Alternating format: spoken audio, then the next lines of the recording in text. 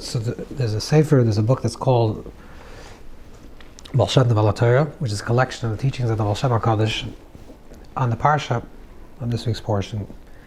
So it's just on the first words. The Baal Shem Tov has an interpretation which we'll try to unpack and try to understand a little bit deeper. So the pasuk says, the verse starts off, Ve'elo Toldos Yitzchak ben Avram. This is the Toldos. This is the generation, the children of Yitzchak, the son of Avram, which means that Yitzchak is the son of Avram. And then it says, Avram hoiled Yitzchak, and Avram gave birth to Yitzchak. The obvious question is, why the redundancy? Why does it say it twice? Ve'elo Toldos Yitzchak ben Avram. This is a descendant. This is the child of Avram. Yitzchak is the son of Avram, and Avram gave birth to Yitzchak. If Yitzchak is the son of Avram, then of course we know that Avram gave birth to Yitzchak. Many different interpretations. The Baal Shem HaKadosh writes like this. He interpreted this verse like this. He said that this verse is actually a kushon teretz. It's a question and answer. Ve'elo Toldos Yitzchak ben Avram is a question. This is the descendant of Yitzchak. This is the child, Yitzchak, the son of Avram. Avram hoiled Yitzchak, and the answer is that Avram gave birth to Yitzchak. What's the question? What's the answer? The question is, how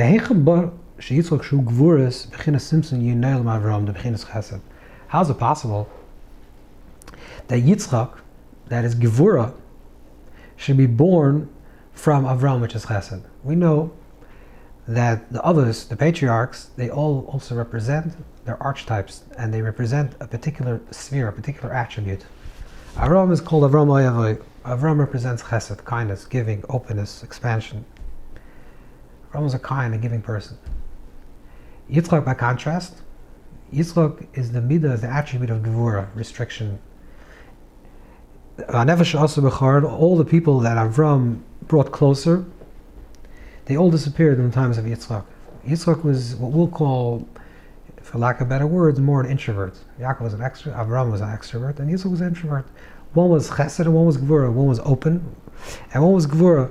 The service, the way Yitzchak connected to Hashem, Pachad Yitzchak, the fear of Yitzchak, is through Gevura, the restriction, through digging wells, digging deeper, going under. It's a completely different posture than Avram. So the question is, how is it possible for one to be born from the other? How is it possible that Yitzchak, which represents and is a strict attribute of Gevura, should be born from Avram? What allows, when something is born out of something, it means that that thing exists in potential in the thing that it was given birth to. Because you can't be born from something that doesn't have potential to give you birth. So if Yitzchak, which is Gevura, is born from Avram, which is Chesed, the question is, where is there an attribute of Gevura within Chesed? This is the question. And the answer is, this is the question. Ve'elo Toldos Yitzchak ben Avram. This is Yitzchak, the son of Avram. Question mark. How did Yitzchak, Gevura, originate from Avram, which is Chesed? The answer is, Avram hoiled Yitzchak. What's the answer? Avram gave birth to Yitzchak. In Atiris Avram hoiled Yitzchak. Zeh Gevura hu mechesed shu tzimtzum ba'olam. This Gevura comes from the Gevura, the Tzimtzum, which is the Chesed that was in this world. And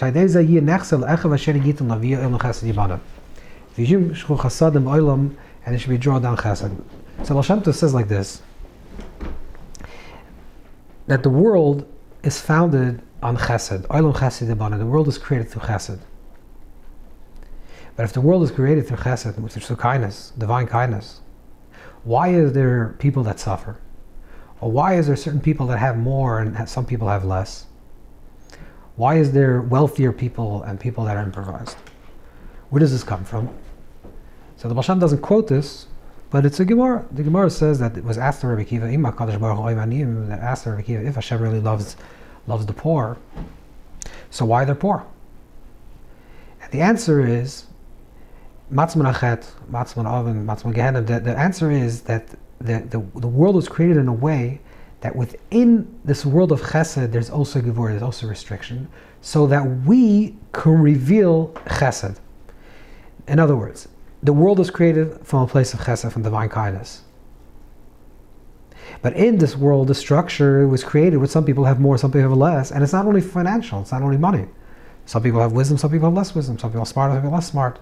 Some people give confidence, some people don't have confidence. They can get confidence from another person. Every person is a give and take. Everyone in this world is giving and receiving.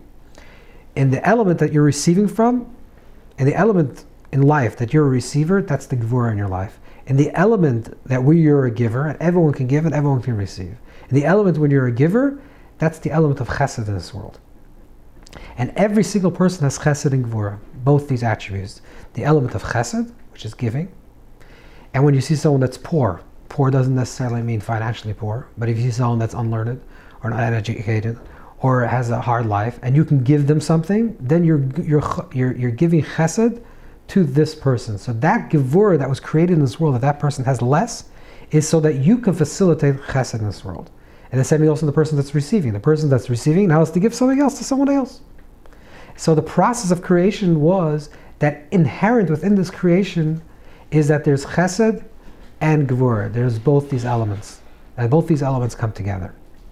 So this is the question. Yitzchak comes from Avram. Gevura comes from chesed.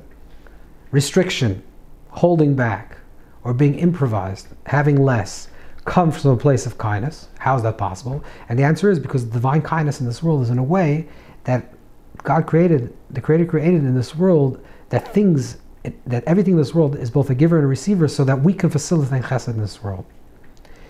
Now the depth of what this means is that chesed and gevura, Yitzchak and Avram, is that there's Yitzchak ben Avram, there's the element of gevura in chesed, and there's an element of chesed within gevura, which means that every sphera, every attribute includes the other one as well. Chesed includes gevura, and gevura includes chesed, which is called, in the language of the Tzemach Tzedek and Orator and many other sources, that say that this is the idea of iskalos hamidus, that the attributes are together.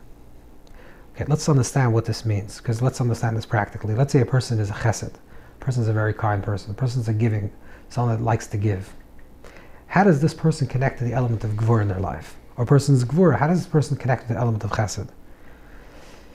And how could a person achieve some type of harmony between all their sometimes conflicting emotions? Should I give? Should I not give? Should I hold back? Should I not hold back?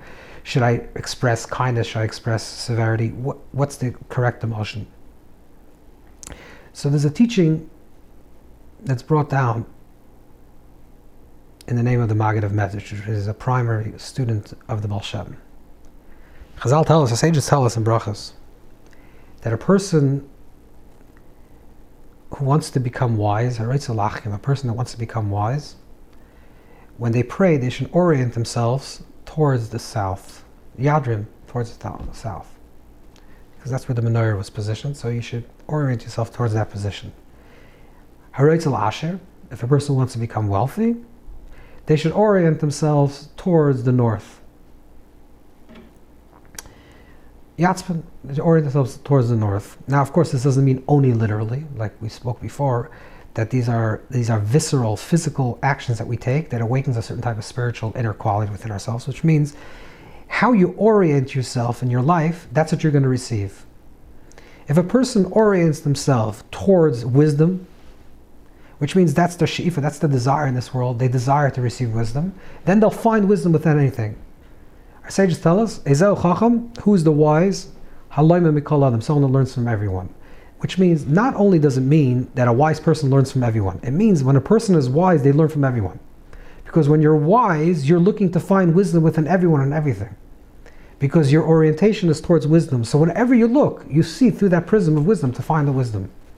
A person that's interested in being wealthy, materially wealthy, yasher, so they're oriented towards wealth. So they're always thinking and scheming and trying to figure out plans how they should become wealthy.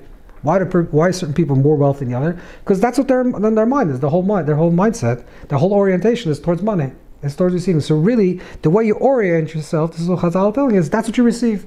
You orient yourself towards wisdom, you receive wisdom. If you orient yourself towards money, God willing, you'll have money as well. So someone once asked the Maggid, it's not really a question, but the question was asked, what if a person wants both? What's a person that wants to have wisdom and wants to be financially secure too? What does he do? What does a person do? So the Maggid says that in order for a person to receive both, they have to be Ayin. They have to be in a posture of emptiness, of nothingness. Because in the world of something, north and south are opposite positions. Wisdom and wealth are opposite positions. So in the world of orientation, where there's a Yesh, where you're in existence, you can orient yourself in this direction, you can orient yourself into a different direction.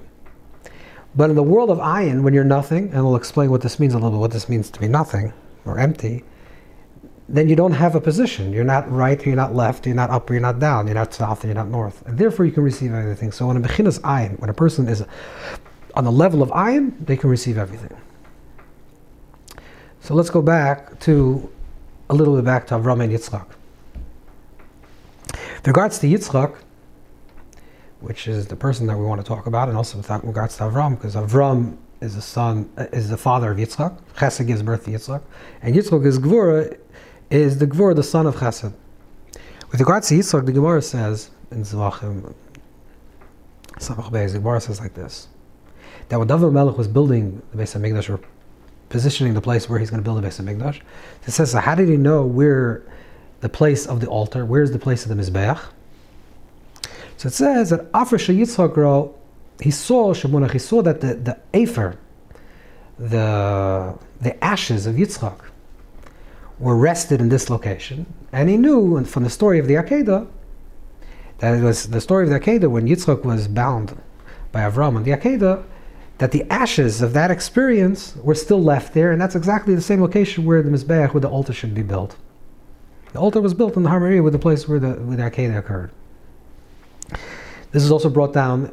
The pasuk says, "Zacharti es brisi Yaakov, v'af es brisi Yitzchak, v'af es brisi Yaakov esker." It says, I remember the covenant with Avram, also the covenant with Yitzchak, and also the covenant. I remember the covenant of Yaakov, also the covenant of Yitzchak, and I also remember the covenant of Avram.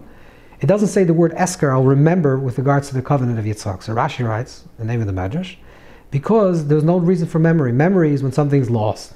You don't have the thing itself, and it's lost, so you just remember it. But by Yitzchak, there's no reason for memory because the thing itself exists. What is that? That's the Efer. That's the ashes of Yitzchak. Now, we know that the story of the Akedah, Yitzchak was not offered to the Akedah. He wasn't in fact offered. But it means that since the Seh was Tachas B'noi, since the offering, the Ayah was Tachas B'noi, since the offering of the animal was in the place of Yitzchak, it was as if Yitzchak himself was offered. And Yitzchak is the Bechina, Yitzchak is the idea of that Efer, of that ashes. This also is connected to Avram, because Avram says, Va'anoichi offer ve'efer. Avram says, I am dust and I am like earth and dust. So we have the same thing that is Efer, that it says that he's dust, like Avram, like Yitzchak. Klal Yisrael is called Ephraim. Haben Yaakov li Ephraim. The Klal Yisrael is called Ephraim. Ephraim, says the Das Kenim, the Balei Toises and Bereshis Mamalav writes that Ephraim, the word Ephraim comes from the word Efer, dust, in plural, two dusts. Which dust? The dust of Avram and the dust of Yitzchak.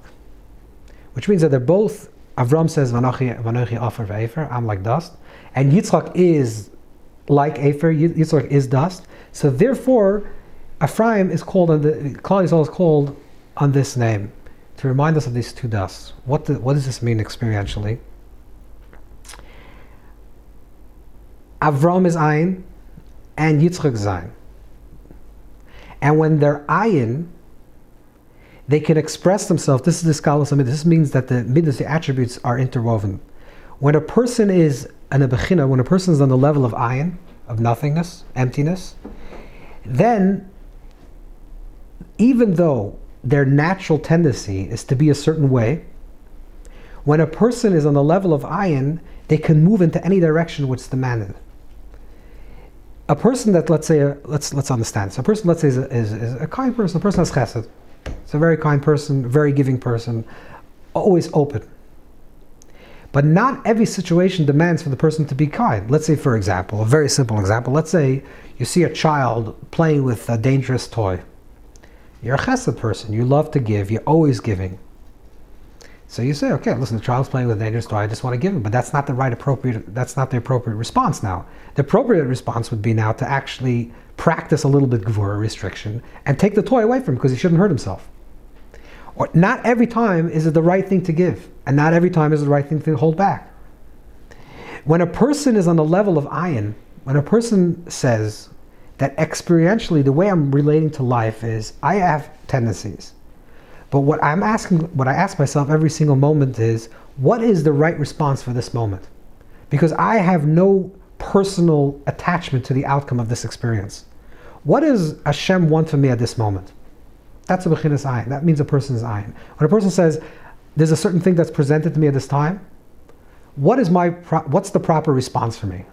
Let's say Purim comes along. You're not feeling in the mood for Purim. Well, I'll give another analogy.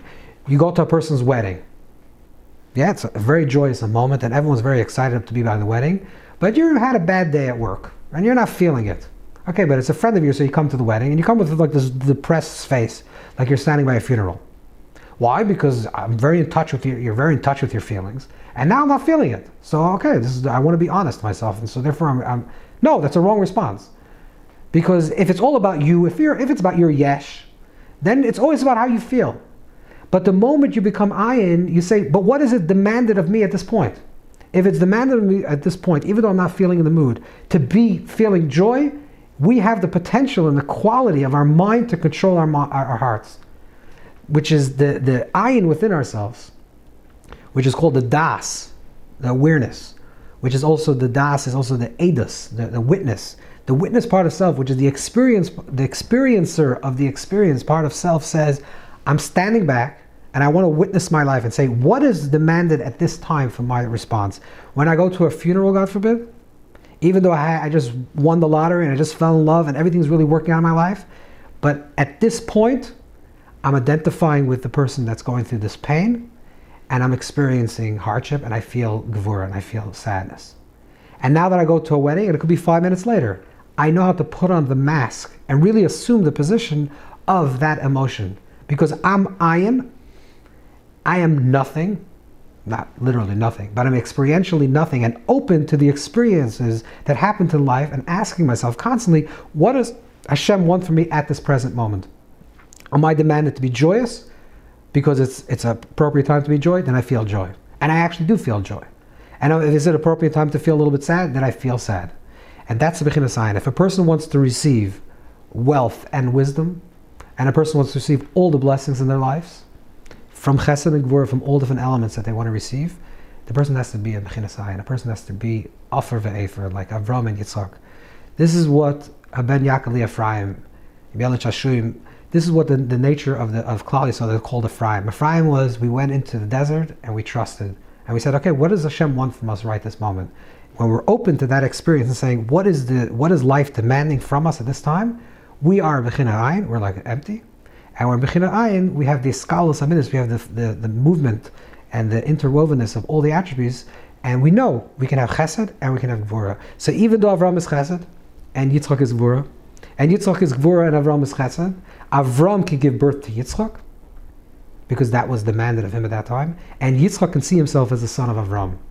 Gevura can see himself as the son of Avram, and Chesed can give birth to Gevura, because when you're Alpha and you're Ayin, it's not Tzafon or Dharm, it's not south or north, it's not wisdom or wealth, it's everything, because nothingness includes everything, and when we're nothing, we receive everything.